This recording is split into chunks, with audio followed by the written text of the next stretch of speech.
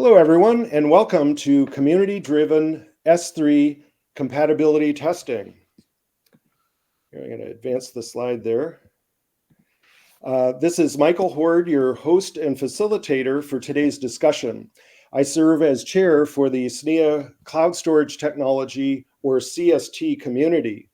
Today's conversation is with Frank Borich, Principal Engineer for Cloud Object Storage at IBM. Hello, Frank. How are you? I'm doing well. Good to be here. Excellent. Thank you. And next we have Carl DeHallen, CTO at Datadobi. How are you, Carl? Great, Michael. Thanks for having us. Wonderful. Thank you. And now we have Ben McClellan, Senior Principal Software Engineer at Versity Software. Ben, how are you? Hello. Great. Happy to be here. Cool. And we also have Jeff Terrace, Senior Staff Software Engineer at Google. And how are you, Jeff? Hi, Michael. I'm great. Happy to be here. Perfect. Okay, so I'm going to get into the presentation here. So before we get started, I want to briefly point out that the CST community is one of the groups within SNIA responsible for education and raising awareness on topics like Ceph storage in a world of AI, ML workloads. Additionally, the CST helped organize and promote two SNIA Cloud Object Storage Plugfests and also the new test tools effort, which we'll talk about today during this webinar. So please join the CST and other SNIA groups to help promote these important activities.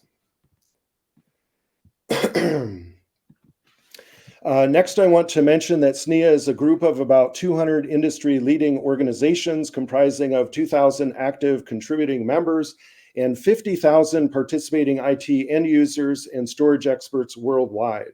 SNIA develops global standards and delivers education on all technologies related to data. So now let's take a quick look at the SNIA legal notice.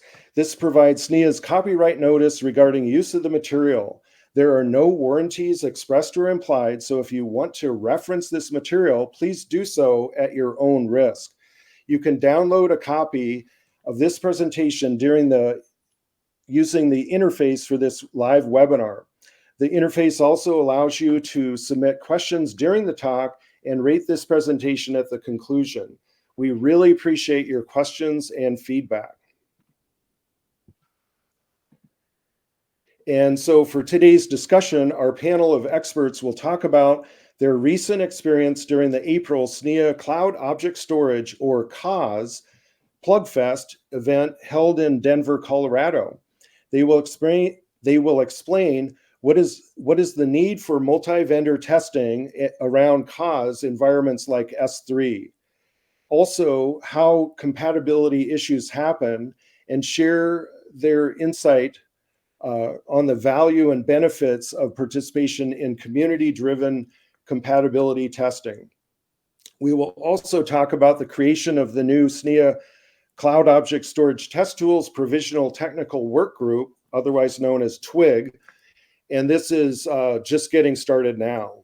And then finally, we'll have an informal Q&A session, and we hope you in the audience will submit questions for our experts. If we're not able to cover all the questions during the session, we will answer your questions in a Q&A blog, which will be posted after this webinar. So let's get started. Frank, please take it away. Yeah, thank you, Michael. So let's just start with a quick refresh on what cross-vendor compatibility is and why we care about it.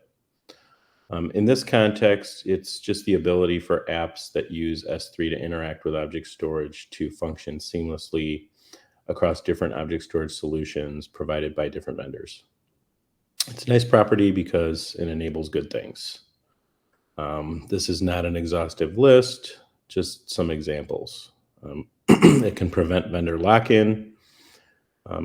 You can use it to avoid a single point of failure. It can provide the freedom to react to compliance changes. You can use it to reduce cost. You can spread the load or data across multiple storage systems.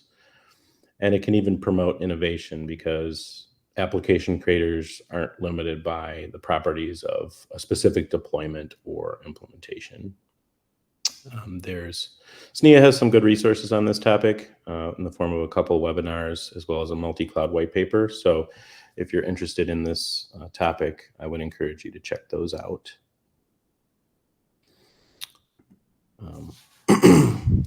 So before we start talking about the testing and the community, it's important to have a mental picture of what the S3 ecosystem looks like.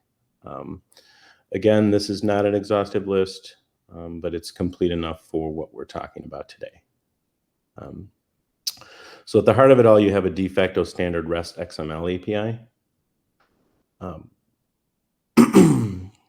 And by de facto standard, I mean that it's widely adopted and used, even though it hasn't been formally recognized by any standards organization.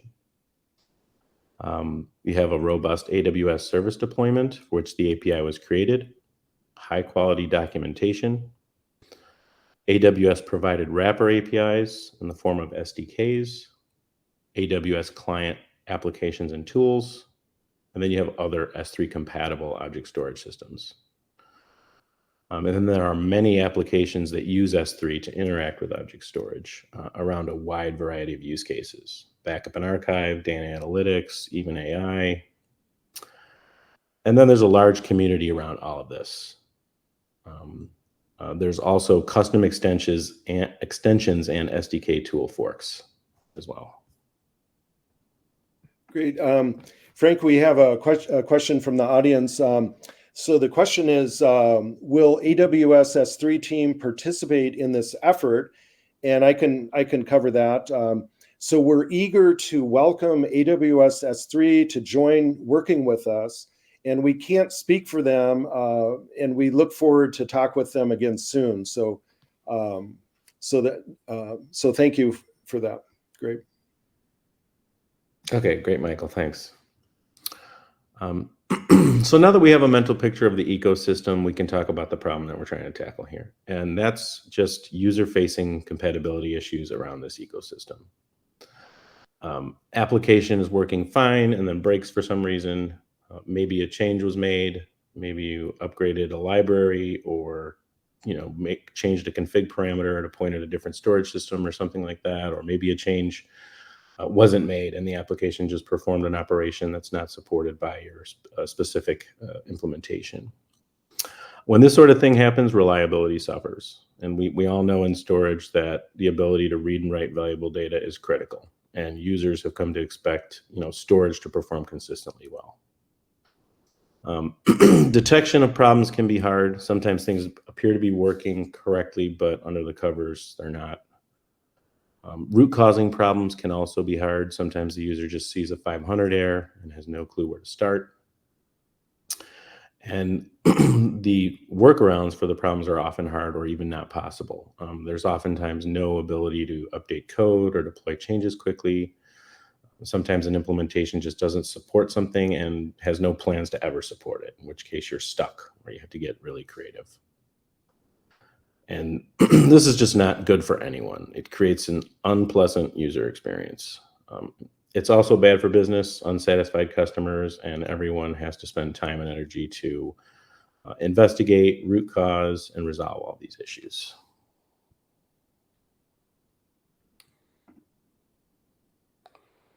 So now that we have a mental picture of the ecosystem and a basic understanding of the problem, we can talk about how it happens.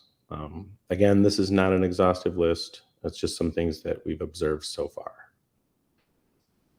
The AWS S3 service deployment is basically a continuously changing reference implementation. The documentation for it is not always 100% accurate or complete. And detailed testing is sometimes required to determine the expected behavior. Server-side changes are continuously being deployed, and SDKs and clients are continually being updated to assume those deployment dependencies. And these same SDKs and clients are being used to interact with other S3 compatible implementations that don't support the change and may never support the change.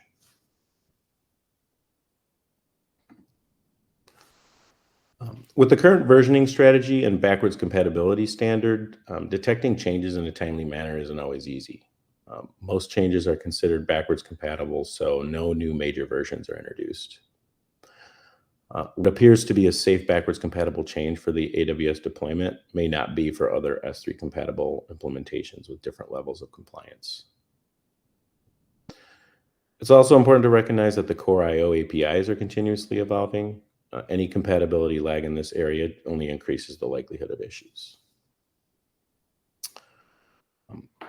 Third-party implementations only support a subset, and some application flow may expose a missing piece after it's too late, after it's already been deployed. Applications often depend on a subset based on what's current at implementation time.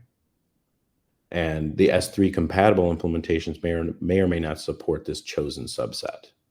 And there's no reliable or cost-effective way to tell what S3 or basic S3 compatibility is. There's no agreed upon definition anywhere. Usually it's a best guess based on some research or a testing tool, which might be biased toward a specific implementation. So this means that even seemingly basic functionality may not be supported by most S3 compatible implementations. Finally, even following some best practices can cause issues. A couple examples of this is ignoring unrecognized request headers or quick adoption of SDK updates to address security vulnerabilities, for example. Doing this can also pull in new default behavior that may not be supported by other S3 compatible implementations. So now at this point, I'm going to turn it over to Jeff to talk about the community and what we're doing to try and help with this problem. Yeah, Frank and Jeff, we just got another question from the audience. So how do you anticipate AWS S3 may benefit from this activity? And so I can say a few words, and then if you want to add to that, that'd be great. So we believe the SNIA Cause Plugfest community shares exactly the same end customer excellence goals that AWS S3 has. So we think the SNIA Cause Plugfest community is specifically designed to help improve overall industry interoperability, especially between third-party storage providers, and make it easier to help application developers introduce and maintain capabilities. Therefore, we see a very good opportunity for constructive synergy between AWS and the SNIA Cause Plugfest community.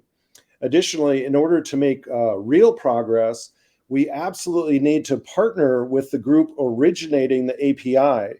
And in this case, it's AWS S3.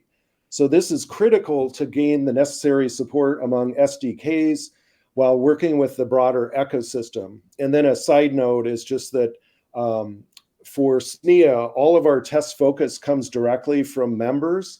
So, and so far we have tested Google Cloud Storage, Azure Blob, as well as AWS S3. So SNIA is a vendor neutral standards organization, and we're dedicated to help improve interoperability in many different areas. Did you have any other comments? Yeah, I have a comment. I believe what happened with Microsoft 30 or 35 years ago with CIFS and SMB, so it becoming a real compatible standard for everyone, the same could happen here. So S3 was first intended to serve the AWS S3 cloud, but it outgrew that. There's many applications, there's many compatibility questions, migration, replication between systems that customers ask. So S3 as a standard could become something separate from the AWS S3 cloud, just like CIFS and SMB did. Great, thank you. Go ahead. Okay, so let's move on. So thank you, Frank, for outlining the S3 ecosystem and some of the problems that we all face as S3 client and server implementers.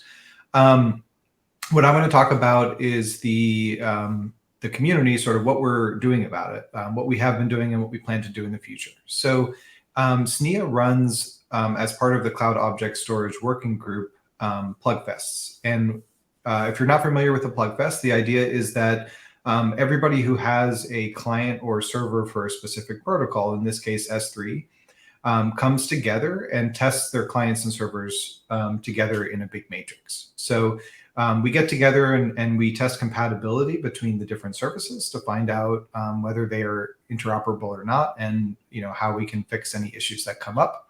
SNIA's involvement is to provide a vendor-neutral space. So, a hotel or a conference room or something that is neutral to any of the individual providers. Membership in SNIA is actually not required, so you could attend a Plugfest even as a non-member. Beforehand, before the Plugfest, we get together on weekly or bi-weekly calls where we define the test matrix for all the people who will be present at the Plugfest. To draw this big matrix where clients and servers are on the columns or the rows, so that we're planned ahead of time, and when we show up we can fill in the matrix with tests.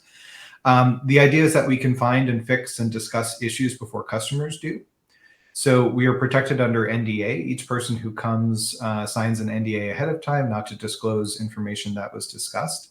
And by doing that, it allows us to be very open in our communication and talking with each other, so that we can discuss any bugs that come up and be able to fix them, ideally before any of our customers discover those same issues.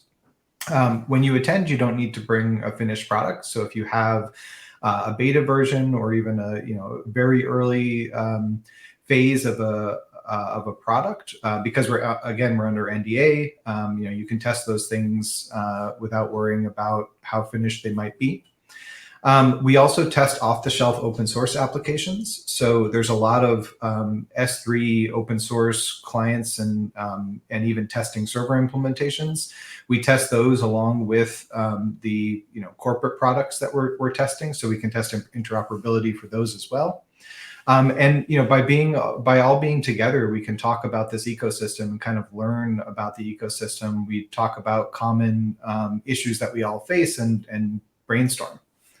And one of the nice things is that the SDC, the Storage Developer Conference, is run at the same time as these Plugfests, so we can attend that conference and so kind of group our travel together. I think we have a question. Did you want to? Yeah, go ahead.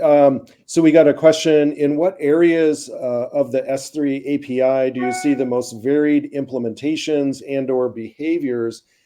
Then there's the question, suspended mode versioning is a suggested thought there. So any thoughts on that?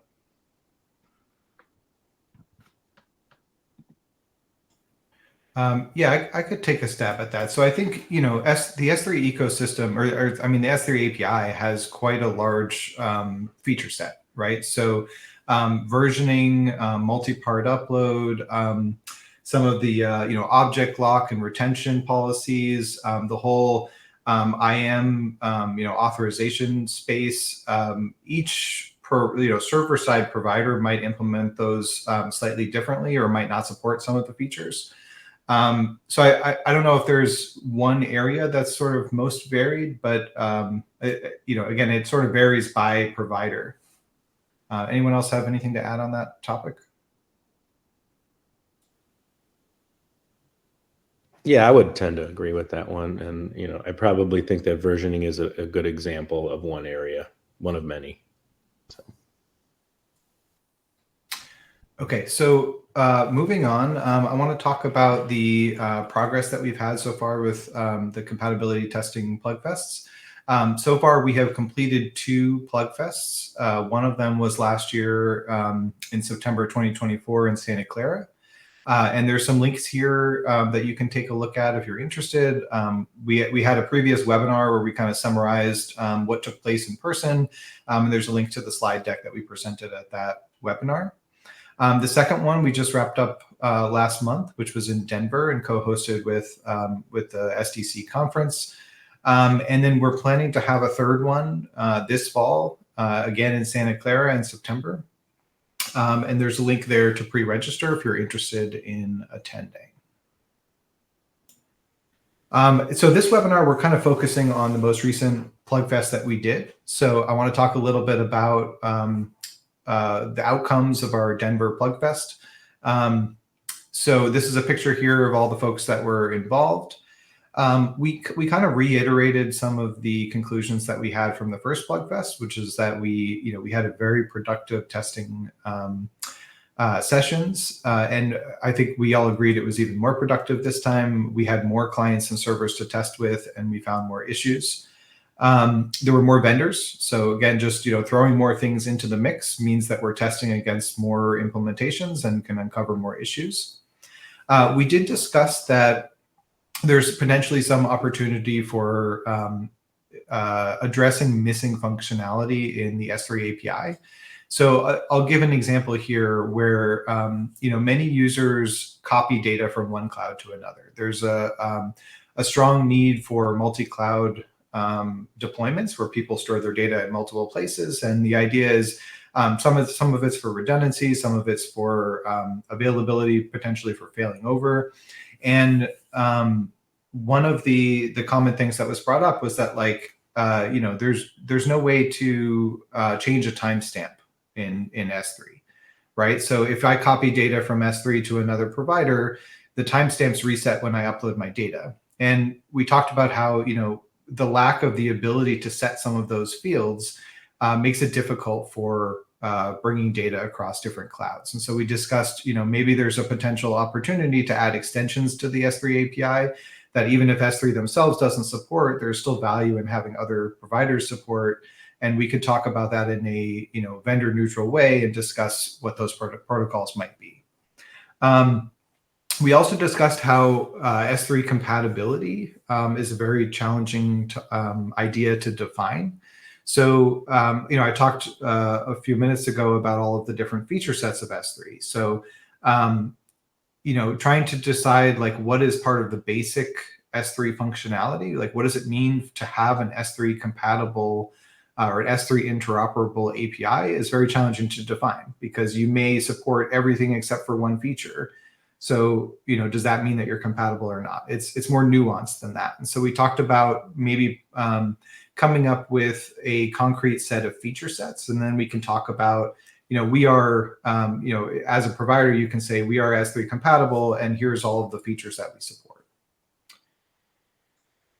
So again, we're having another Plugfest in Santa Clara in 2025. This picture here was from our 2024 Santa Clara Plugfest. And here are some of the past participants across both of the Plugfests.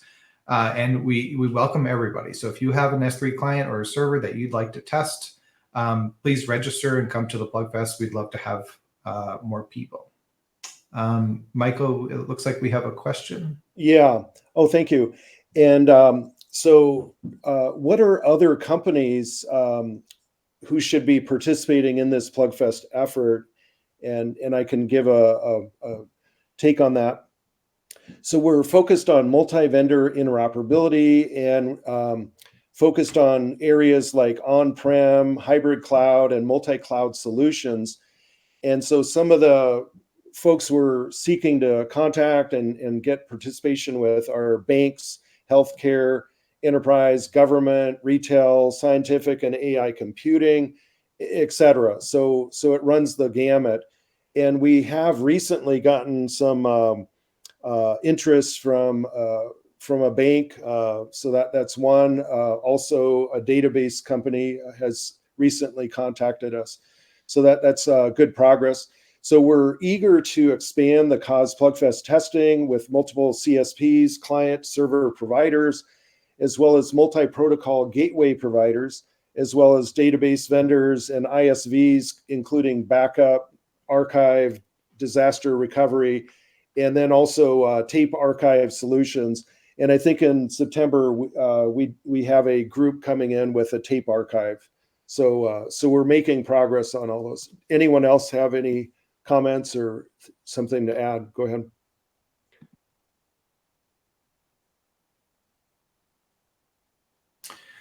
Okay, I guess I'll move on. Thank you, Michael. So for the next slide, I'm going to start. Each of us that are present here today are going to talk about some outcomes that we had from the most recent Plugfest in Denver. So I'm here speaking on behalf of Google for Google's perspective of the outcome here. So we brought two products with us to test. The first was Google Cloud Storage, which is a cloud object storage service that has an S3 interoperable API to access it. And we also brought the Google Storage Transfer Service, which allows customers to migrate data from other S3 interoperable API endpoints into Google Cloud Storage. So we brought both a server and a client, and we found the experience to be extremely valuable. It was very nice to be able to collaborate with other industry experts in this space, and especially under NDA. It was really nice to discuss common issues that we all face and sort of how we approach them in different ways, and to be able to discuss that in an open forum. We had a huge number of test results from lots of different clients and servers that we tested against, and that allowed us to improve our own implementations both on the server and client side. And again, it's wonderful to be able to find issues before potential customers find them. As far as what we're looking forward to in the future, we're really interested in the testing tool track, where if we develop testing clients and server implementations, we can test our own services against them, which would be very helpful for compatibility testing. And again, the topic I talked about before about extending the S3 protocol, if there's ways that we can add functionality that may help with cross-vendor compatibility, we're very interested in that as well. So I'm going to hand it off next to Carl from Datadobi to talk about their perspective. Thank you very much. I'm representing Datadobi here. We are a company whose expertise is vendor-neutral data mobility, both file and object. So think of migrations from on-prem to cloud, on-prem to on-prem, all kinds of combinations, or replications where customers want the data to live on multiple stacks, multiple clouds for resilience and various other reasons. Or it could be fine-grained copy and deletion of data. So object storage is newer than file storage, at least here. And what we learned here at the Storage Plugfest, this was really amazing to talk directly to the engineers of the various leading object storage vendors. So this was all under NDA, as was said before. We could go deep on compatibility issues, try to understand what is really meant with an API, how the behavior should really be. If something is missing, like a header is missing, or there's a query string added that should not be there. And we could do thought exercises like what would be a safe forward compatible way to behave so that it's maximal compatibility, but also there's no risk in getting that behavior implemented.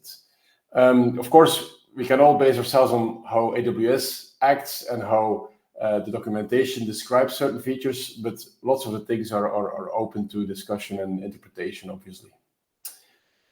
Looking forward and looking at my customers, both from a migration and a replication perspective, what people really want is that changing an object storage system is nothing more than an endpoint change. Could be as simple even as a DNS change, so that you just change one thing and it all keeps working.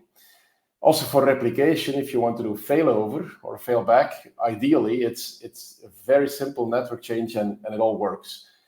But this can only be possible if many things stay exactly compatible between the vendors. I'm talking about access keys. I'm talking about version IDs. Timestamps was mentioned already before. Policies, lifecycle policies should behave identical. Storage classes, people have different names for these. So getting these things as compatible as possible is one of the intents of this objective here. And also, ideally, there's a way to get change streams and tracking changes of systems in a standardized way, so that incremental updates can be propagated in a much easier way. So our customers are asking this. Our customers really want multiple systems. They want hybrid cloud setups, both on-prem, both in the cloud, and they need this to get maximal trust in the S3 protocol. Up to you, Frank. Sure, thanks, Carl. So IBM brought two products as well, Cloud Object Storage offering, as well as our Ceph server and Ceph S3 test suite. The client participants tested both of our server implementations, and we ran these Ceph tests against all the other server implementations. This is our second Plugfest, as we participated in the first. We think that this was even better than the first one. There was more participants, more clients, more issues found, more brainstorming and interesting discussions. So we feel like we're building some good momentum here. And it's just a really great, unique opportunity to collaborate with others across the industry. And this is a problem that needs to be addressed by a community together and not by any one individual company. So we're looking forward to help build out this community and enhancing interoperability around object storage in general. So that's all. Versity? Frank, there is a question from the audience. If you could look at the IAM, or go ahead. And go ahead if you have a comment about that.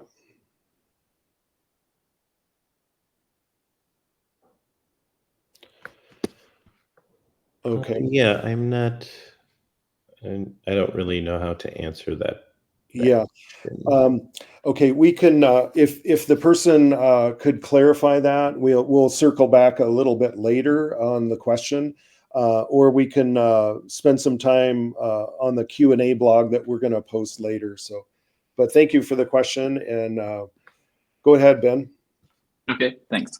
Yeah, so at Versity, we have a kind of large-scale on-prem archive system, and one of the access to the system is our S3 gateway.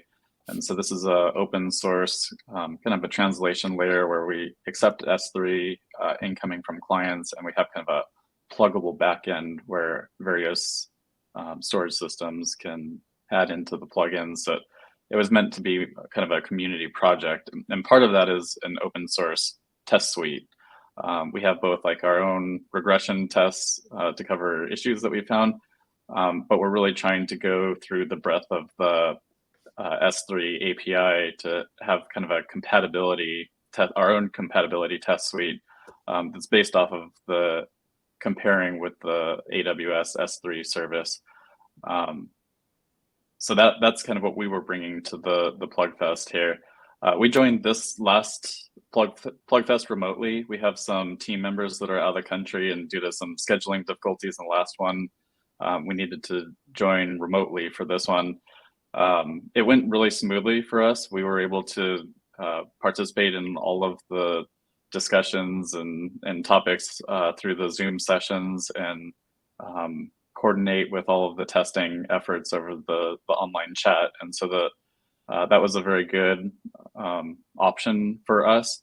We're probably going to be joining the next one in person, but we're going to keep the option open in the future for these remote access, because it is a little bit easier for our highly distributed team. Sometimes the travel can be a little bit difficult for multiple Plugfests every year and coordinating the travel there. What we're hoping to get out of this is we feel that the compatibility test suite is a little awkward to be part of our system only, because then we're just deciding, what to cover and what is important for testing the various compatibility, where that's not necessarily our job to say, is this a pass-fail for overall compatibility for all clients. We'd like to see this more community-driven, and so something like the Plugfest offers an opportunity where we can get input from a lot of different vendors or anybody that has some input into this on what are the important features, how compatible are the intricacies of each of those features needing to be with the various systems out there. And so we participate as much as we can. we have our own test suite, and we're going to be participating in the future with any other test suites that are being developed, possibly even contributing ours as well. So, that's our main goal here, is to see how can we get better compatibility across all of the systems. We did see some issues in some recent SDK updates against the services, where AWS did have a feature supported for quite some time, and then they updated all of their SDKs to make the new feature default behavior, and that caused a little bit of struggle to the server side of the S3 compatible storage systems that weren't necessarily expecting the client SDK default changes. And so we're kind of interested in maybe working with others on how to better approach those types of issues in the future. Thanks. Great. Yeah, we have another question. So will SNIA consider offering more remote cause Plugfest testing? And I can answer that. Yes, we will absolutely do that. We had very good set of remote testing sessions during the April 25 cause Plugfest. And we're putting together plans now to enable more remote testing. So we believe that face-to-face cause Plugfest engagement results in the very best collaboration, because we have immediate interaction to first identify where to test, and also the immediate analysis on test findings. And this cuts weeks of delay from typical multi-company interactions, as well as help build native developer to developer network and expertise on issues, as well as builds the tribal knowledge that's really important. Let's see. My screen just went out, so I'm going to have to. Oh, let's see. Not sure why that did that. Here we go. Sorry, my screen just had an issue, and and this is to rapidly respond. Okay, sorry about that. So, however, we also see the need to extend the face-to-face network for an even broader set of remote contributors. And this is to rapidly respond to new use cases as needed and expand the community, as well as accommodate the realities that not everyone can gain travel approval for every single event. And so we see this especially in the area of overseas travel. So the important thing here is please contact us and join the Plugfest community to stay in touch with these important developments. Okay, so I'm going to do the next slide here. So in addition to Cause Plugfest, the SNIA CST helped organize the formation of the SNIA Cause Test Tools provisional twig.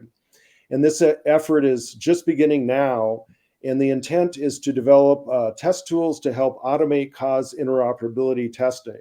So we're currently in an exploratory and scoping phase, and anticipate we'll get formal approval for the cause test tools twig later this year.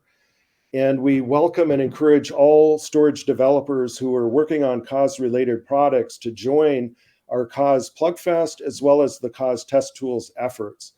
So right now, we specifically need participation on an industry survey, and the link is shown here, and that will help set industry direction and lead toward definition of a minimum viable API baseline set of operations and responses. And this is also known as a common command set. And this the type of activity SNIA has been working on for decades. And so for more information, please watch the recent Test Tools webinar. There's a link right there. And as well as fill out the survey, industry survey, to help expedite all this.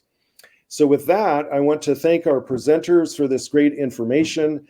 And now we can transition to our Q&A session, where we will get more questions from the audience. And please help us to provide more focus where you have interest. Here we got another question. Let's see.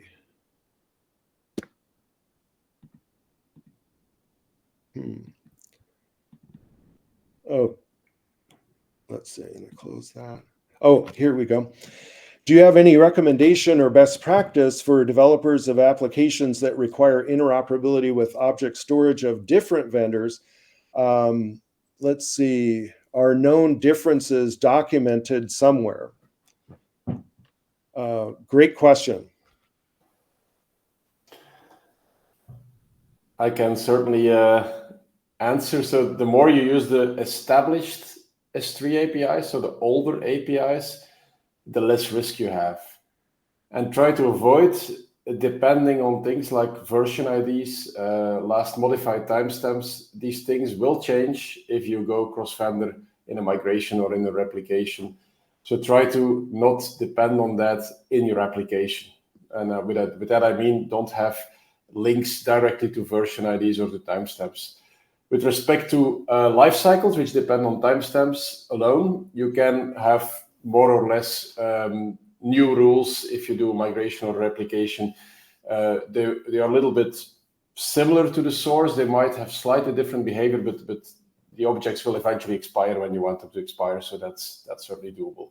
But don't rely on latest and greatest. Another example is conditional updates. That's something that Amazon recently added, conditional puts.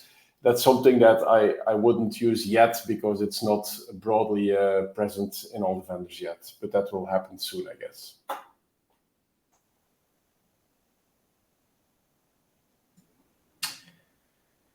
So yeah, I wanted to add two things. So I think first, I think that, is there a documented feature set? I think the answer is no. I think some of the individual providers will have their own list of features that they support, but it may not be exhaustive, right? And S3 is always adding new features. So I think that is one of the things that we are trying to address, where if we could define, have a good definition for what the different feature sets are, we could then define which services support different features. The other thing I was going to add was, as far as a best practice, I would suggest, if you're using the S3 SDKs against different providers, I would write a test suite, right? So like test the behaviors that you expect and rely upon, and be able to run that test suite against your different providers to make sure that your expectations are matched. That would probably be my best recommendation.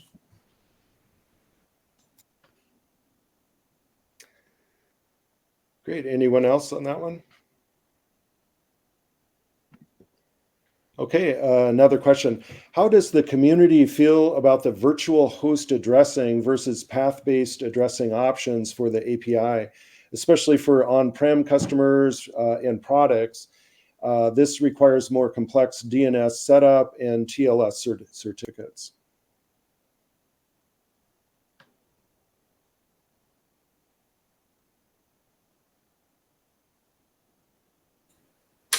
I guess I can try to address that. So for GCS, I know that we support both path style and virtual hosting, and also CNAME based. The CNAME based one, I think, is the one that I would recommend avoiding wherever possible, right? Because it's very difficult or impossible to get SSL to work properly with CNAME based addressing. The virtual hosting, I think, is nice in the sense that you can allow list certain endpoints, right? So if you have complex firewall rules, it's more complicated, but it does also give you more control. So you could, grant access to certain buckets, but not others, for example. But yeah, the TLS setup is definitely more complex, but it does make routing easier on the server side. So like, there's DNS-based routing that can be done on a bucket level if you have the bucket name in the host. So there's kind of trade-offs of both, and I know that I'm pretty sure S3 supports both, although path style I think maybe is discouraged at this point. I don't know if anybody else has experience with the different endpoint strategies. Yeah, my customers often want both on-prem and cloud, and what we see on-prem is that path style is the more natural match. Cloud, it's absolutely host style because there's better load balancing. But then recently I had a customer going to Oracle Cloud, which only does pad style. So what I would recommend to application builders is to provide both. It's sad you need this kind of advanced config flags, but you really need to be able to set up your S3 endpoint. Is it pad style? Is it virtual host style? And there's similar things too, like is it V2 authentication, V4 authentication? Unfortunately, you need these settings in your client. Yeah, I think the on-prem can be a little bit more natural to be path style because you don't necessarily have a large distributed service that needs advanced routing. But there are clients out there that will make assumptions. And so, and actually some very commonly used applications out there that put in special configs or bend over backwards in order to add the path style compatibility in there. And so just thinking about what's easiest for the clients out there, they're going to be assuming that they're talking to the official AWS S3 service first, and then anything other than that, any other compatibilities kind of come later. And so it's usually easiest to be as compatible with AWS as possible, and don't make any assumptions that the clients are going to necessarily support non-default options. Okay, great. Thank you so much. Anything else on that one?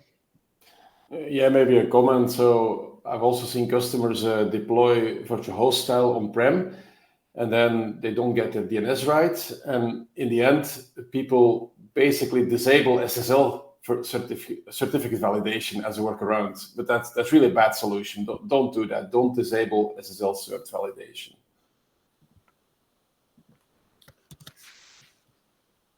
Okay, great. Another question is, let's see, please say more about heterogeneous multi-vendor interoperability and why is this important? And I can say a few words on that. And so let's be really clear, there's no issue for clients working directly with AWS S3 since AWS is a popular proprietary API. It's fully controlled and well managed by AWS. So the area we're addressing in this webinar is multi-vendor heterogeneous cause interoperability. And we're doing this because before, third-party storage providers worked independently, repeating the same investment in test. But they worked in silos, so there was no shared test results. And so now we can pool our resources among the Plugfest community, and we can share test results under NDA between participating companies. So we believe this is important to address cause interoperability for configurations including a number of third-party storage providers that are also integrated across a number of ISV services like backup, archive, disaster recovery, and then with dynamic applications like AI analytics, microservices, and container environments. So any other comments on that from anyone, please?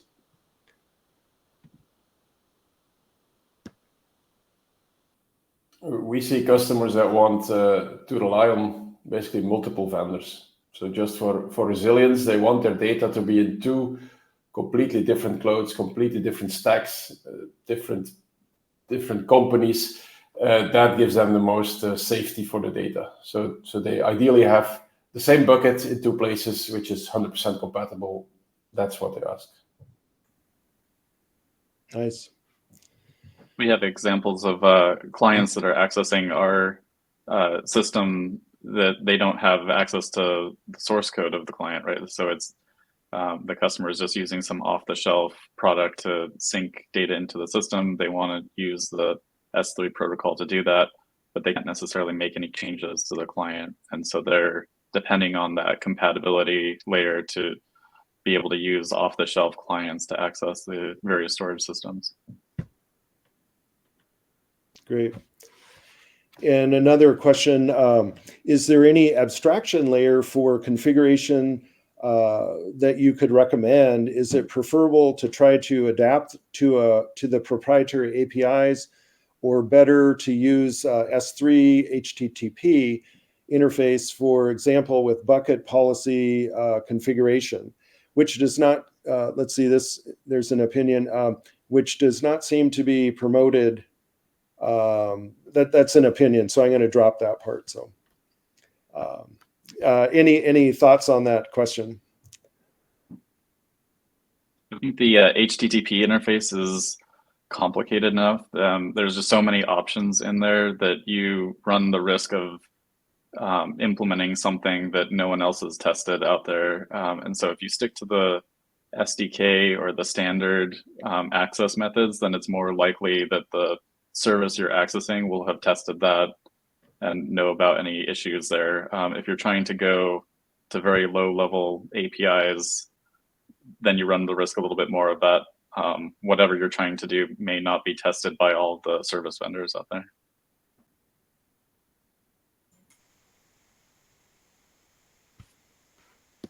You're on mute.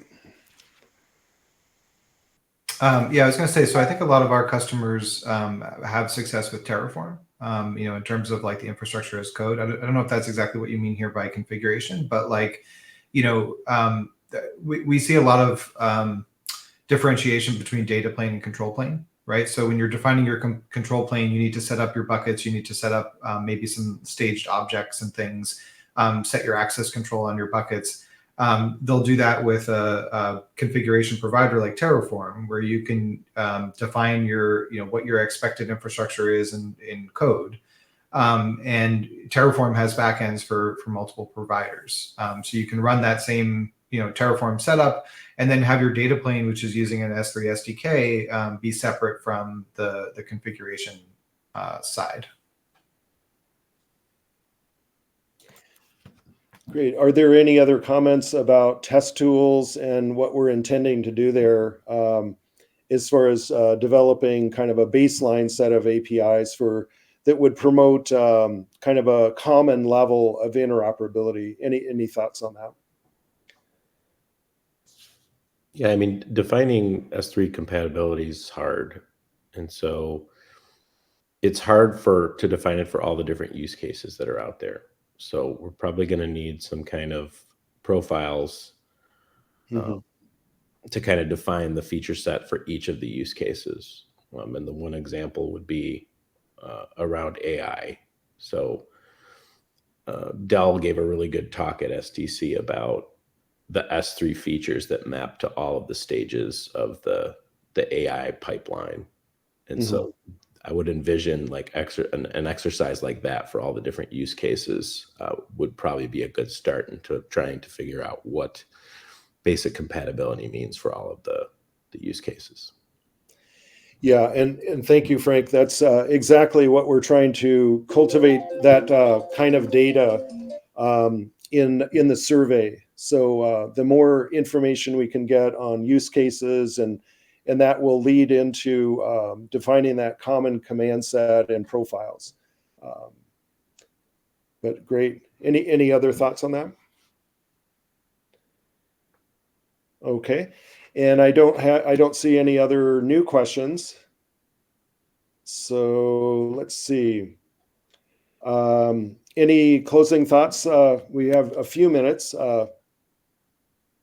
Okay, so we're done with that. Any closing thoughts from anyone? Okay. So with that, thank you very much to our presenters for your expertise and insights. And this has been a fantastic discussion with a lot of great information.